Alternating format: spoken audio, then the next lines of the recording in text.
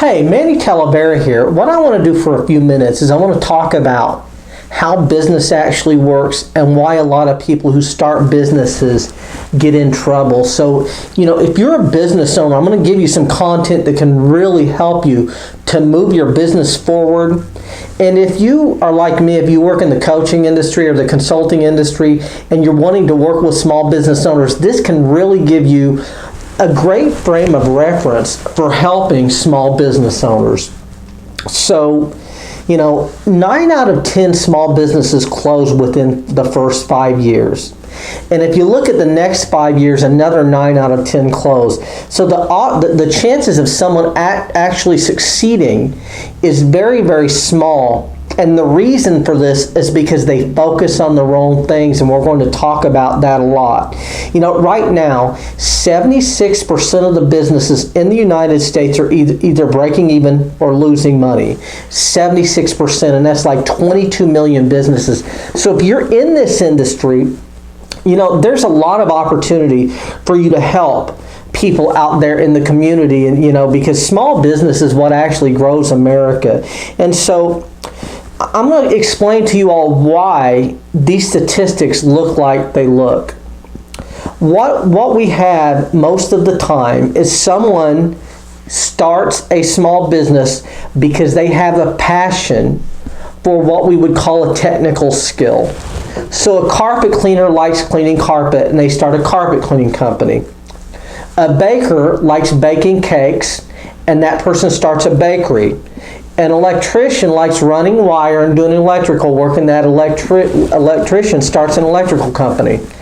The problem is most of those people are 100% focused on the tech, but they don't understand anything about the marketing. And what you have out there is business owners have this idea that the technical skill is what brings them the money, and unfortunately that's just not the case. You have two different components that determine whether a business is successful or not, and that is the technical skill, which is a very, very small percentage, and the marketing, which is the very, very big percentage, which we're going to talk a lot about over the next 15 or 20 minutes or so. And so I'm going to explain some of what this looks like, and probably a lot of you can relate to this. So you got your carpet cleaner, and he has started a carpet cleaning company, and he's not doing very well. So how does that carpet cleaner go about getting new customers?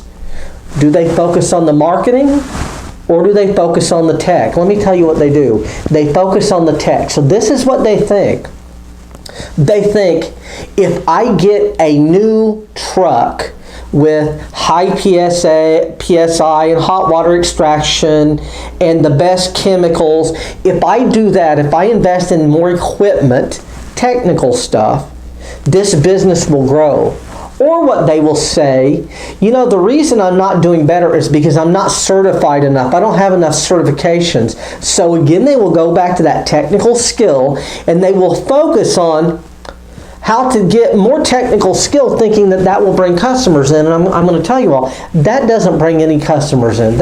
All that does is it causes a person to spend more money. So the reason most people in business struggle is because they focus on the tech and not the marketing. There are simply 5 ways to grow a business. You can increase leads, you can increase conversions, you can increase average transaction, you can increase frequency of purchase, and you can increase lifetime value. And everything falls under those 5 things. And so, if you're in the change business like me and you sell coaching, my advice to you is go out there and get those people in your niche, right? And start teaching them the fundamentals of actually growing a business, which is the fundamentals of marketing. And so essentially what I do is I take everyone out of that technical business they think they're in, and I put them in the marketing business. So If you own a jewelry store, you're not in the business of selling jewelry. You're in the business of marketing the jewelry store. That's the business you're in. If you're selling carpet cleaning, you're not in the carpet cleaning business. You're in the business of marketing carpet cleaning, and everything else is secondary to that. And that's what I try to get people to understand. So we're going to go over these 5 ways. So the first way is to increase leads. And increasing leads is getting more people to raise their hand up and say, you know what, I'm interested in what it is that you have to sell. And increasing leads is and if you're increasing leads, people are either going to your storefront if you have an actual business, or they're picking up the phone and giving you a call, or they're sending you an email, or they're going to your website. Whatever methodology you have for getting these people to show up, they're actually doing that. So increasing leads is about getting people to raise their hand and say, you know what, I'm interested in what it is that you have to sell. The next thing is increasing conversion. And increasing conversion is getting more of those people who raise their hand to actually buy. So we're going to go over these 2 things. If you double the amount of leads that you're getting right now, you will double the amount of money you make in your business. It's very simple. Whatever percentage you're closing at, whatever your conversion rate is, no matter what that is, if you double the amount of leads you pour into the funnel, you will double the amount of money that you make. Because you're closing at a certain rate right now, you're going to probably stay at that rate, and you're going to double your business. Now this is the thing. If you double your conversions, instead of doubling the amount of people you pour into the pipeline, instead of doubling the amount of people you pour into the funnel, if you double the amount of conversions, you double your business without pouring one more person into the funnel. And that's where most people need to focus. So I have people all the time, they just say, Manny, I need more new customers. I need more new customers. And my question is, what percentage of the people that are coming into your funnel right now are you closing? Because this is the thing. If you're not closing leads properly, there's no reason to pour more leads into the funnel, because you're just going to have them leaking out at the bottom. You're going to have essentially holes in that sandbox. So my question is always, when we're talking about increasing leads and increasing conversions, what are you closing right now? Once we get your conversion properly set up, once you're closing the proper amount of people who come into your pipeline, then what we can do is we can turn that faucet on and get a lot more leads to come into your funnel. Now I've got a question for you. What businesses have 100% conversion? There are about 2 types of businesses. Okay, the answer to that question is fast food restaurants and grocery stores. If you walk into a fast food restaurant or grocery store, you're buying something. I mean, that's the bottom line. And those businesses have about 100% conversion. Now, the next thing we're going to talk about is increasing average transaction. And this is all about getting a person to buy more from you at the point of sale. And you get someone to buy more from you at the point of sale by offering them options at the point of sale, by giving them opportunities, by offering upsells, cross-sells, and resells, opportunities to upgrade, situations where they're going to buy something that's compatible with what it is you're already selling to them. And there are many businesses that are really, really good at increasing that average transaction. And it's a big part of what I do. And in my opinion, I want you all really to think about average transaction when it comes to your business. This is the deal. If you want to do $1 million and your average transaction is $10, you need 100,000 transactions. If you're at $100 per transaction, you need 10,000 transactions. But when you get up to $1,000, you only need 1,000 transactions, and you really want to think about average transaction a lot, because I can tell you, the higher your average ticket is, the few customer service issues you have. People who buy at the $500 and $1,000 price point are not nearly as hard to deal with as people who buy at the $20 to $50 price point. And you really want to think about that a lot as you're building your business. You want to think about having something of very, very high transformational value and something that's very expensive to sell, because ultimately you need to sell fewer of them to hit that $1 million mark. So Walmart has all of this stuff down. So this is the way Walmart works. Walmart's average ticket is $40.05 at a non-grocery store Walmart. It's $40.05. And Walmart's goal is to get that ticket to $40.55. Now you're probably thinking, Manny, why would they be worried about 50 cents? Well, I'll explain to you why. Walmart has 200 million customers. So if 200 million customers walk into Walmart next week and spend 50 cents more, Walmart's going to bring in an additional $100 million. Now Walmart also knows their average customer comes in 50 times a year. Average customer comes in once a week. So 50 times 100 million is actually $5 billion in additional revenue from 50 cents more on the average transaction, and that's what you want to think about here. Now, like I said, you do not want to be Walmart. You do not want to be the lowest price or the low alternative. What you want to do is focus selling at the higher end of your market. You need to create a unique selling proposition that gets you away from price and gets them thinking about something other than who else can do this cheaper. The problem with a lot of these people who run businesses and they're focused on the tech, what they do is they also look at what everyone else is charging to decide what they're going to charge. And this is really it's a recipe for bankruptcy, because what happens if the carpet cleaner is charging $200 to clean carpets and then they find someone else charging $150, well, they're going to drop to $125, and then that person's going to drop to $100, and before long this guy's cleaning carpets for $47 and he's on his way to bankruptcy. That is not a sound system for making a lot of money. What you really want to do is you want to focus on high end, you want to focus on service, you want to create a reason, like I said, that they would buy from you other than price. Subway was the low-cost alternative to fast food in the late 80s, early 90s, and they were really, really hurting. They were hemorrhaging money. I mean, they were getting killed. They were about to go out of business. And then McDonald's and Wendy's came out with the 99-cent menu.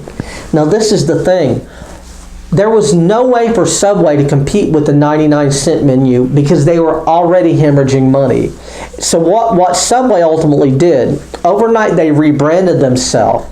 And instead of being the low-cost alternative to fast food, they became the healthy alternative to fast food.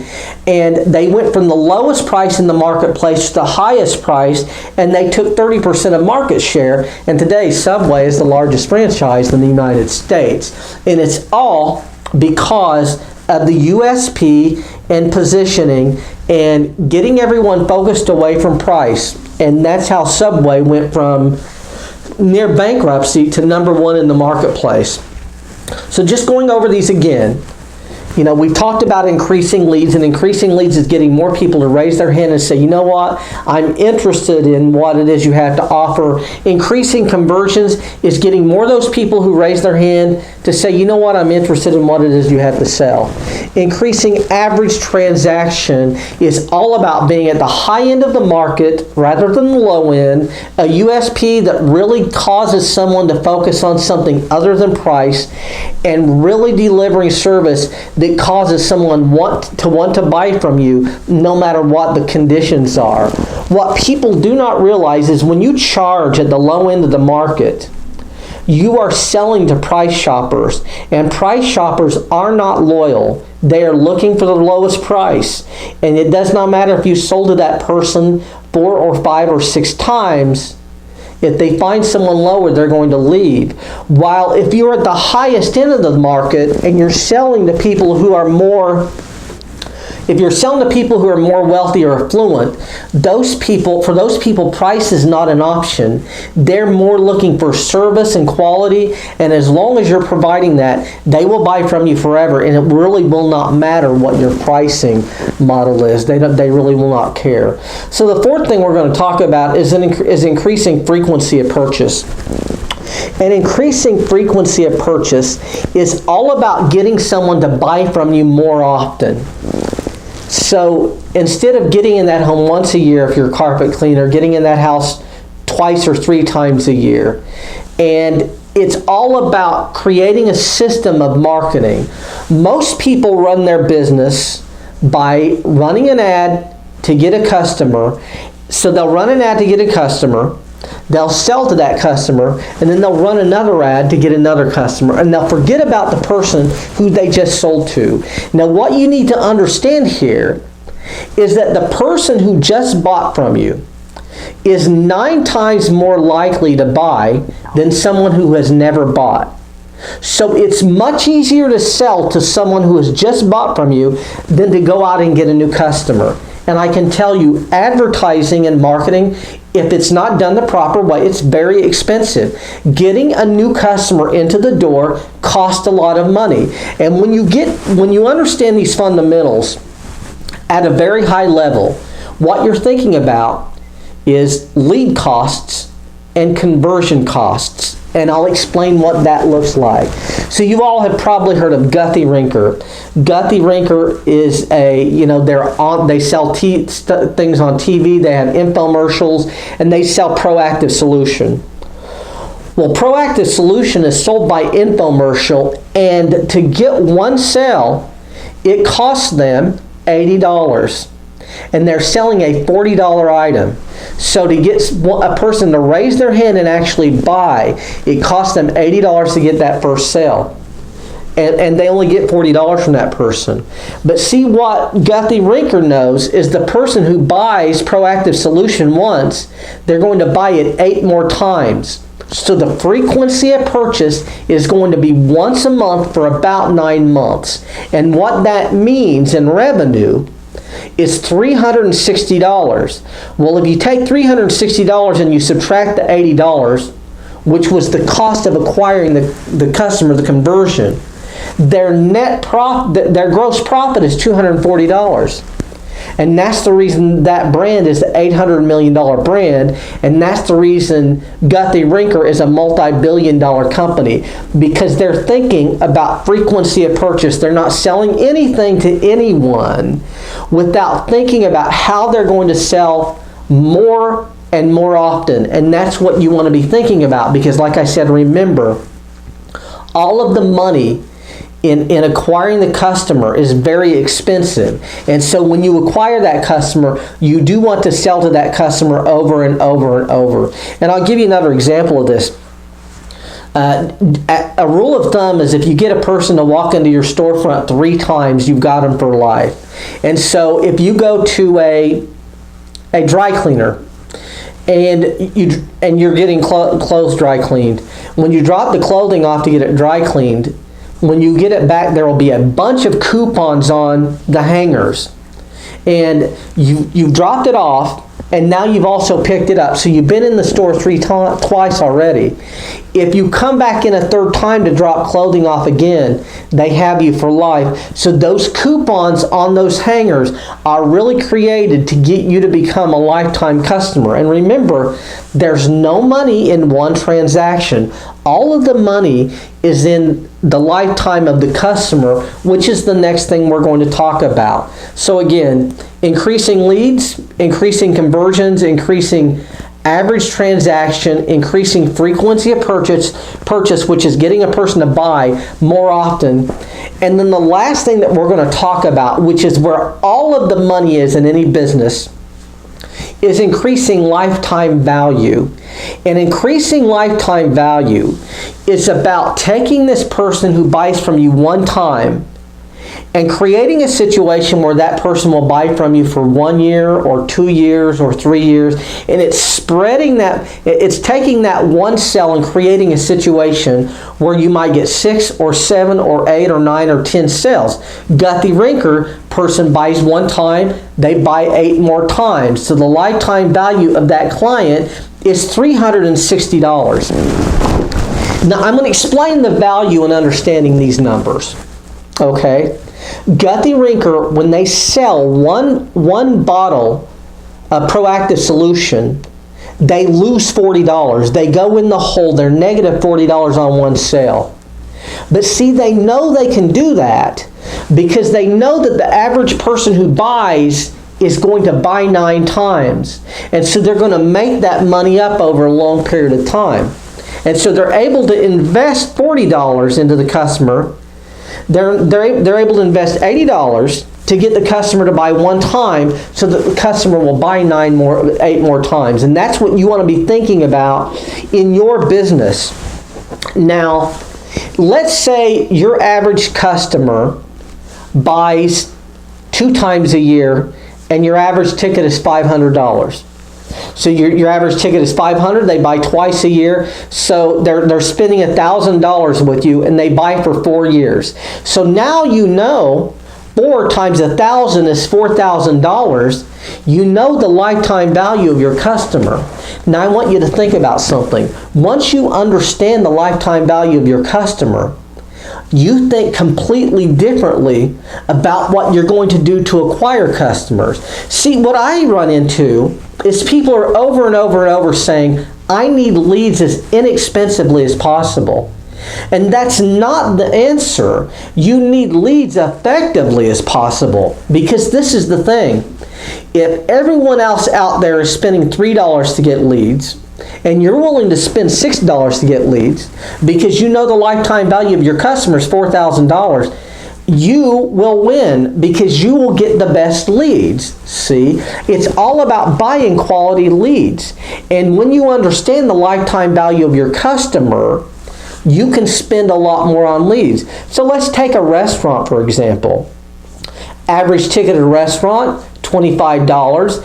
Average person comes in 4 times a month, so they're spending $100 a month. They come in for 3 years, so they're spending $100 a month, so that's $1,200 a year. They come in for 3 years, that's $3,600 in lifetime value. Once you understand the average person comes in for 3 years, then the lifetime value is $3,600. You understand you can spend a lot more to get that person to come in.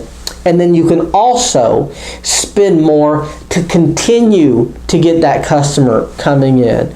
Most people have a system of marketing that looks like this. They market, they have business, they quit marketing, they're slow. It's feast and famine, and they market and then they quit marketing. Marketing should be a system that's predictable, where you always know approximately how many leads and conversions you're going to be getting, how many new customers are going to be coming in per day, per week, per month, per year.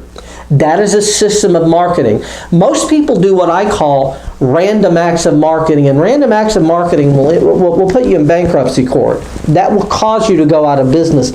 So what you want to create is a system for increasing leads, a system for closing those leads, sell at a high premium or a higher end of the market, and attract a higher end customer who's going to buy from you for a longer period of time, and also sell to that person more often. And then constantly be looking at ways you can make additional offers to this person so that lifetime value can be spread out instead of 6 months or a year, maybe 2 or 3 years. So what I'm going to do is I'm going to end out of this. I think I've given you all some really good ideas and content as far as the 5 ways to grow. And I'm going to tell you all something. Long term, all of the money is in increasing lifetime value. That's where all of the money is in all of this. And I'll tell you why. If you build a group of people who buy from you over and over and over again, you don't have to spend near as much money on lead generation and conversion. So what you want to do, you want to be thinking about focusing on How can we turn this person into a lifetime buyer? What can we do to really wow them, to really cause them to want to buy from us and only us? And you want to think about being number one in the marketplace in your industry. So it doesn't matter what it is that you sell. Like I sell marketing, mindset, and coaching. And my goal is to be have top of mind awareness, and anyone who wants to buy that, I want them to think about me first, and that's the way you want to be thinking about your business and your brand. But I really hope you got some value from this. If you have any questions at all, shoot me an instant message on Facebook and I'll be glad to answer them. I can tell you, I do a lot of work in coaching, but this is really what I like doing. I like working with small business owners. But I hope you got some value today, and thanks a lot.